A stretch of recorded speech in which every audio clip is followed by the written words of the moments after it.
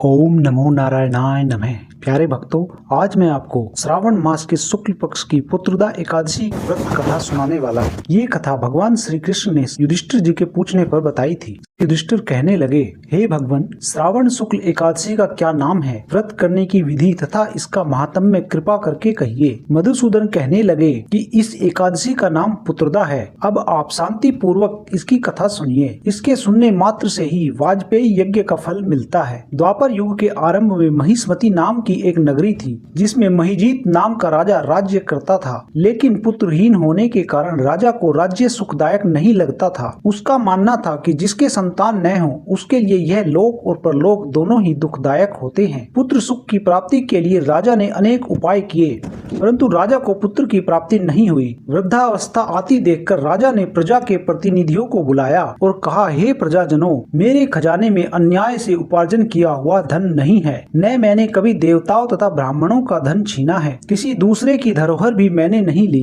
प्रजा को पुत्र के समान पालता रहा। मैं अपराधियों को पुत्र तथा बांधवों की तरह दंड देता रहा। कभी किसी से घृणा नहीं की। सबको समान माना है। सज्जनों की सदा पूजा करता हूँ। इस प्रकार धर्म युक्त राज्य करते हुए भी मेरे पुत्र नहीं है, सो मैं अत्यंत दुख पा रहा हूँ। इसका क्या कारण है? राजा महिजीत की इस बात को विचार करने के लिए मंत्री तथा प्रजा के प्रतिनिधि वन को गए। वहाँ बड़े बड़े ऋषि मुनियों के दर्शन किए। राजा की उत्तम कामना की पूर्ति के लिए किसी श्रेष्ठ तपस्वी मुनि को देखते फिरते रहे। एक आश्रम में उन्होंने एक अत्यंत वयोवृद्ध धर्म के ज्ञाता बड़े तपस्वी, परमात्मा में मन लगाए हुए, निराहार, जितेंद्रिय, जितात्मा, जित क्रोध, सनातन धर्म के गूढ़ तत्वों को जानने वाले, समस्त शास्त्रों के ज्ञाता महात्मा लोमस मुनि को देखा, जिनका कल्प के व्यतीत होने पर एक रोम गिरता था। सबने जाकर ऋषि को प्रणाम किया। उन लोगों को देखकर मुनि ने पूछा कि आप लोग किस कारण से आए हैं? निसंदेह मैं आप लोगों का हित करूंगा। मेरा जन्म केवल दूसरों के उपकार के लिए हुआ है, इसमें संदेह मत करो। लोमस ऋषि के ऐसे वचन सुनकर सब लोग बोले, हे महर्षि, आप हमारी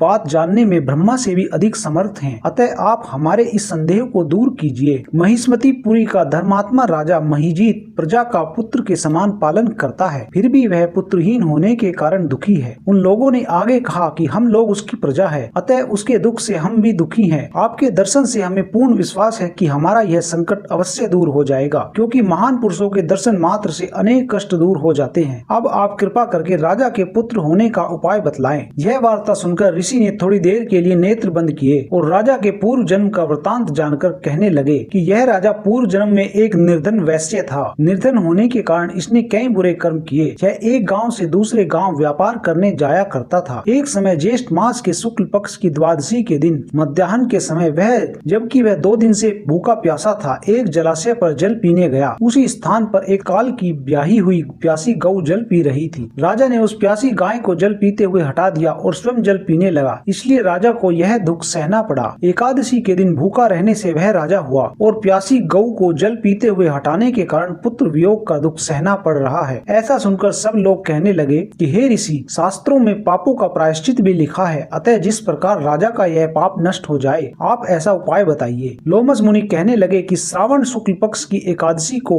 जिसे पुत्रदा एकादशी भी कहते हैं, तुम सब लोग व्रत करो और रात्रि को जागरण करो, तो इससे राजा का यह पूर्व जन्म का पाप अवश्य नष्ट हो जाएगा। साथ ही राजा को पुत्र की अवश्य प्राप्ति होगी। लोमस ऋषि के ऐसे वचन सुनकर मंत्रियों सहित सारी प्रजा नगर को वापस लौट आई और जब श्रावण शुक्ल एकादशी आई तो ऋषि की आज्ञा अनुसार सबने पुत्रदा एकादशी का व्रत और जागरण किया। इसके पश्चात द्वादशी के दिन इसके पुण्य का फल राजा को दिया गया। उस पुण्य के प्रभाव से रानी ने गर्भ धारण किया और प्रसव काल समाप्त होने पर उसके एक बड़ा तेजस्वी पुत्र उत्पन्न हुआ। इसलिए हे राजन, इस श्रावण शुक्ल एकादशी का नाम पुत्रदा पड़ा। अतः संतान सुख की इच्छा हासिल करने वाले इस व्रत को अवश्य करें। इसके महात्म्य को सुनने से मनुष्य सब पापों से मुक्त हो जाता है और इस लोक में संतान सुख भोगकर प्रलोक में स्वर्ग को प्राप्त होता है। इसी के साथ पुत्रदा एकादशी व्रत कथा समाप्त होती है। प्रेम से बोलिए ओम नमो नारायणाय नमः।